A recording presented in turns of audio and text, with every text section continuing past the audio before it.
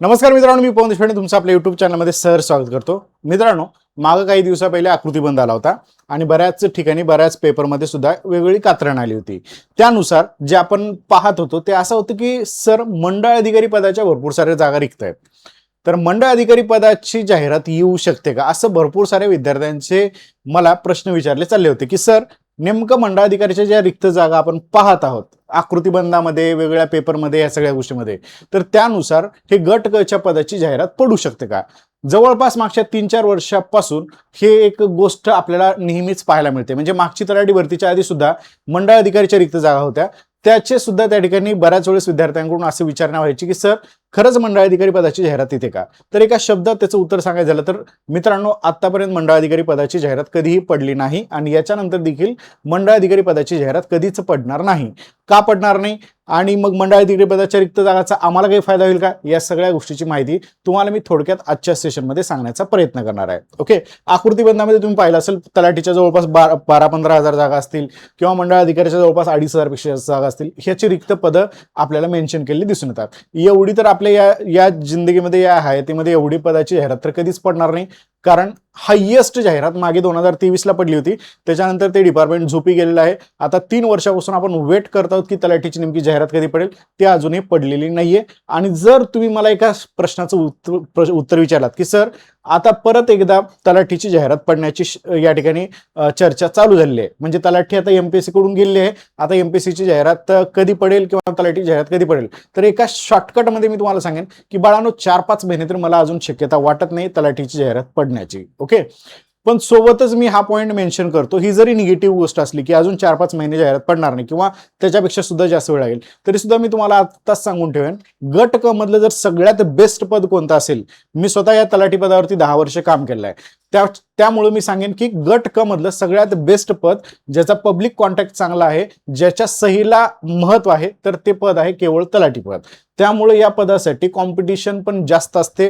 प्रत्येक विद्यार्थी जे एमपीएससी करतात, राज्यसेवा आणि इव्हन युपीएससी सुद्धा, मागच्या भरतीमध्ये बरेचसे युपीएससीचे ॲस्पायरंट सुद्धा तलाठीची परीक्षा देऊन तलाठी झालेले आहेत. त्यामुळे त्यांच्यामध्ये सुद्धा ही एक क्रेज आहे, म्हणून या पदासाठी कॉम्पिटिशन जास्त आहे. जर ही परीक्षा 4-5 महिने होणार नसेल तरी सुद्धा तुम्ही आत्तापासून त्याचा अभ्यास करणं गरजेचं आहे. जर तुम्ही करत असाल आणि तुमचा प्रॉपर त्या विषयाचा अभ्यास झाला तरच तुमचं सिलेक्शन त्याच्यामध्ये होऊ शकतं. ओके, शॉर्टकटमध्ये आणखी एक माहिती सांगेन तुम्हाला. ज्या पद्धतीने मी हायकोर्ट भरतीला पूर्ण फोकस केलं होतं आणि मागच्या तलाठी भरतीला फोकस केलं होतं, मागच्या तलाठी भरतीमध्ये सर्वाधिक जे सिलेक्शन होते ते आपल्या क्लासचे होते. तुम्ही माझ्या युट्यूबला त्यांचे सगळे फोटो, त्यांचे त्याचबरोबर टेलिग्रामला त्यांचे सगळे फोटो, प्रतिक्रिया सुद्धा पाहू शकता. ओके, यावेळेस सुद्धा अपकमिंग तलाठीमध्ये जास्तीत जास्त सिलेक्शन आणण्यासाठी मी प्रयत्नशील असणार आहे आणि त्यासाठी अगदी बेसिक पासून या बॅचेस माझ्या इथं सुरुवात होणार आहेत येत्या 20 तारखेपासून. ओके, शक्यतो 3 महिने आणि 12 महिने असे 2 टप्प्यामध्ये या बॅचच्या फीस असतील. आणि पवन 15 हा असा कोड असतो, प्रत्येक शिक्षकाचे कोड असतात. पवन 15 हा कोड वापरला तर ह्याच्यामध्ये आणखीन थोडीफार फीस कमी, म्हणजे 529च्या आसपास, याची 1700च्या आसपास फीस जी आहे ती तुम्हाला त्या फीसमध्ये या बॅचेचा ऍक्सेस भेटू शकतो. ओके, तर ज्या विद्यार्थ्याला बेसिक पासून तयारी करायची आहे त्या विद्यार्थ्यांनी नक्कीच हा टेलिग्राम चॅनल जो आहे, या टेलिग्रामला मी लिंक पिन करून ठेवली आहे, त्यावरून तुम्ही बॅचेस जॉईन करू शकता. ओके, चलो बॅक टू द पॉइंट की सर याबद्दलची माहिती थोडक्यात. मंडळ अधिकारी पदाची जाहिरात कधीच पडणार नाही आणि पडू पण शकत नाही. का? कारण मंडळ अधिकारी हे पद हे तलाठीच्या प्रमोशन मधून भरलं जाणारं पद आहे. ओके, तलाठीचं जेव्हा प्रमोशन होतं तेव्हा प्रमोशन होऊन त्यातले सगळे तलाठी जे आहेत ते मंडळ अधिकारी होत असतात. मंडळ अधिकारी म्हणजे सर्कल ऑफिसर, ज्याला बरेचसे जण गिरदावर पण म्हणतात. ओके, गावाकडच्या भाषेमध्ये गिरदावर म्हणलं जातं. तर तलाठी जे आहेत त्यांचं जवळपास 10 वर्षाच्या नंतर, ओके, तलाठीमध्ये परीक्षा असतात दुय्यम आणि अर्हता अशा पद्धतीच्या. त्यात 2 परीक्षा पास झाल्यानंतर एक 8 ते 10 वर्षाचा कालखंड, कधी कधी 12 वर्षाचा, कधी कधी 14 वर्षाचा कालखंड पूर्ण झाल्यानंतर तुम्हाला त्याचं मंडळ अधिकारी पदी प्रमोशन भेटत असतं. हे जो मंडळ अधिकारी आहे ना, हा प्रॉपरली काम काय करतो तर बऱ्याच ठिकाणचे पंचनामे, तलाठीचे सगळे फेरफार मंजूर करणं, बाकी या ठिकाणी तलाठी आणि तहसीलदार यांच्यामधला जो दुवा आहे याचं काम मंडळ अधिकाऱ्याचं असतं. असे प्रश्न पण आलेले असतात की तलाठ्यावर सर्वप्रथम नियंत्रण कोणाचं असतं, तर ते मंडळ अधिकाऱ्याचं, किंवा तलाठी हा आपल्या सगळ्या गोष्टी किंवा त्याचं जे काही दप्तर आहे हे कोणाला दाखवत असतो, देत असतो, तर ते मंडळ अधिकाऱ्याला दाखवणं असतं. त्यामुळे प्रश्न पण आलेला असतो परीक्षेला की तलाठ्यावरती नजीकचं नियंत्रण कोणाचं असतं किंवा तलाठी आणि तहसीलदार मधला दुवा कोण असतो, तर तो असतो मंडळ अधिकारी. त्यामुळे मंडळ अधिकारी पदी काम करण्यासाठी तुम्हाला ग्राउंड लेवलचं संपूर्ण माहिती असणं अपेक्षित असतं. त्यामुळं याची कधीही जाहिरात येत नाही. हे केवळ आणि केवळ याच्यातून होणारं प्रमोशननं भरलं जाणारं पद आहे.